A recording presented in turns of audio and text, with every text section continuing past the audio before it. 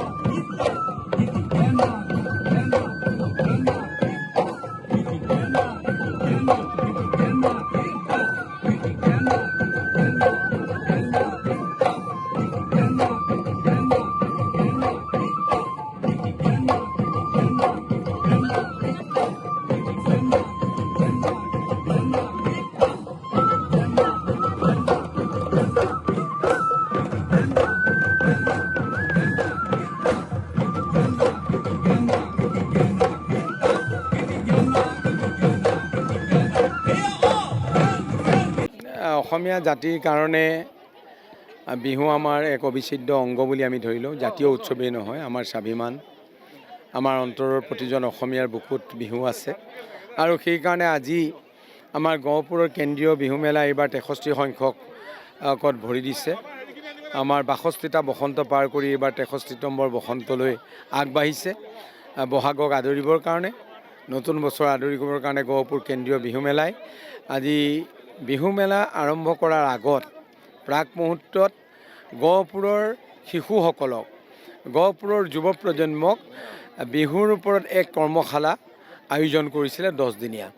আৰু আজি সমাপন অনুষ্ঠান। এই অনুষ্ঠানলৈ কেন্দ্ৰীয় আমাৰ অভ্যৰ্থনা সমিতিয়ে আমাকো নিমন্ত্ৰণ কৰিছিল, আদৰণি সমিতিয়ে। আৰু আমি যথাসময়ত আহি উপস্থিত হ'লোহি। আৰু আহি আমাৰ সৰু সৰু ল'ৰাখিনিয়ে ঢোলৰ যি বাদন, ঢোল বাদন যি দেখুৱালে, সঁচাকৈ মই বৰ আনন্দিত হৈছোঁ, আপ্লুত হৈছোঁ। আমাৰ অসমীয়া এই গহপুৰ হৈছে ইতিহাসে গৰখা এখন স্থান। এই স্থানত কৃষ্টি সংস্কৃতি সকলোবিলাক আছে, স্বাধীনতা সংগ্ৰামীও আছিল। গতিকে এই গহপুৰক লৈ আমি গৌৰৱ কৰোঁ। আৰু গহপুৰৰ উঠি অহা প্ৰজন্মই বিহুক ধৰি ৰাখিবৰ কাৰণে আজি কৰ্মশালাত ভাগ লোৱাটো এক সৌভাগ্যৰ কথা। যোৱা 15 মাৰ্চৰ পৰা 25 মাৰ্চ অৰ্থাৎ আজিলৈকে সদৌ কেন্দ্ৰীয় গহপুৰ ৰঙালী বিহুৰ উদ্যোগত একচুৱেলি 63 সংখ্যক উদ্যোগত পঞ্চজন্য বিহু দলৰ তত্বাৱধানত 10 দিনীয়া কৰ্মশালা অনুষ্ঠিত কৰা হৈছিলে আৰু ইয়াত বিশেষকৈ অসমৰ বিহুৱা ৰঞ্জিত দাস ডাঙৰীয়া, বিহুৱা জয়ন্ত সোণোৱাল ডাঙৰীয়া আৰু আমাৰ ঢোলৰ সম্ৰাট ঢোলৰ ওজা মুখ্য প্ৰশিক্ষক সোমনাথ বৰা ডাঙৰীয়া উদ্যোগত আৰু বিহুৰাণী অভিনেত্ৰী নয়ন নীলম বাইলুং ডাঙৰীয়াৰ উপস্থিতিত তেখেতসকলৰ প্ৰশিক্ষণত 10 দিনীয়া কৰ্মশালা অনুষ্ঠিত কৰা হৈছিলে আৰু আমাৰ বিহু কমিটিৰ এইটোৱে উদ্দেশ্য যাতে গভীৰবাসীৰ আমাৰ যি নৱপ্ৰজন্ম আহিছে নৱপ্ৰজন্মসকলে আমাৰ বিহুৰ যিহেতু বিহু সংস্কৃতিটো বিহু হৈছে ৰঙালী বিহু হৈছে আমাৰ জাতিৰ মান আৰু প্ৰাণ এই বিহু সংস্কৃতিটো যাতে তেওঁ নৱপ্ৰজন্মই জীয়াই ৰাখে সেইটোৱে হৈছে আমাৰ মহান উদ্দেশ্য।